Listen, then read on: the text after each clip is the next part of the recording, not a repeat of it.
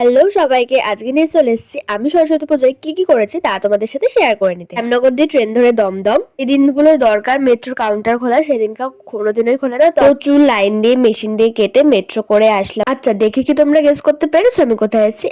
এবার জানি সবাই গেস করে ফেলেছো। আমি এসেছিলাম রবীন্দ্র সরোবর লেক। এখানে কোনোদিনে আসা হয়নি, তাই আসলাম। ভালো ছিল। বড্ড লেট হয়ে গেল ভিডিও ছাড়তে, কারণ ওয়েদার চেঞ্জে সবার শরীর খারাপ হচ্ছে, আর আমি সেখান থেকে বাদ যাবো সেটা তো হতেই পারে না। কেননা আমার বাজে ক্যামেরায় ভিউ এনজয় করো, সস্তায় এখান দিয়ে ঘুরিয়ে নিয়েছে তোমাদের, এটাই অনেক, তাই না? না, এবার আমিও ঘুরে নি।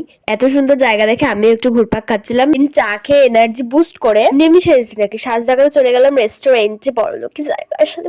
তোমরা আমার অনেক ভিডিওতেই দেখেছো, এবারও এসছি আমি কলকাতায়। আমার খুব ফেভারিট একটা রেস্টুরেন্ট। ফার্স্টে নিলাম my favourite drums of heaven. Main কোর্সে নিয়েছিলাম মাটন বিরিয়ানি, কড়াই চিকেন। আমি খাওয়াটাকে এনজয় করছি, তো খেতে থাকি আর তোমরা দেখতে থাকো। তো খাওয়া দাওয়া কমপ্লিট করে বাড়িতে এসে দিনটাই ভেবে এসেছিল তোমাদের আজকে আমার লুকটা কেমন লাগছে অবশ্যই কমেন্টে বলো।